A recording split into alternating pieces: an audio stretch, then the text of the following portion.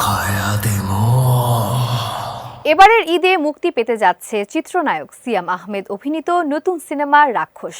নির্মাতা মেহেদী হাসান হৃদয় জানিয়েছেন, সিনেমাটির পোস্ট প্রোডাকশন কাজ শেষ পর্যায়ে রয়েছে। বর্তমানে এডিটিং ও ডাবিং দ্রুত গতিতে এগোচ্ছে এবং শিগগিরই সিনেমাটি সার্টিফিকেশন বোর্ডে পাঠানো হবে। সিনেমার শুটিং শুরু হয়েছিল 2025-এর ডিসেম্বরে ঢাকায়, তবে বড় অংশে দৃশ্যায়ন করা হয়েছে শ্রীলঙ্কাতে।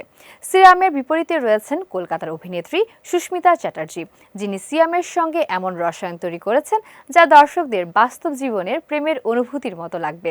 নির্মাতা জানান, এটি এক পাগলাটে প্রেমের গল্প, যেখানে রয়েছে ফ্যামিলি ড্রামা ছোঁয়া।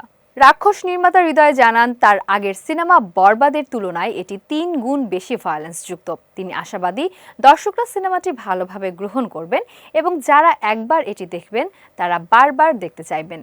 সিনেমার প্রচারণার অংশ হিসেবে সম্প্রতি প্রকাশ করা হয়েছে সিয়ামের একটি স্থিরচিত্র এবং চলতি সপ্তাহে আসছে অফিসিয়াল পোস্টার।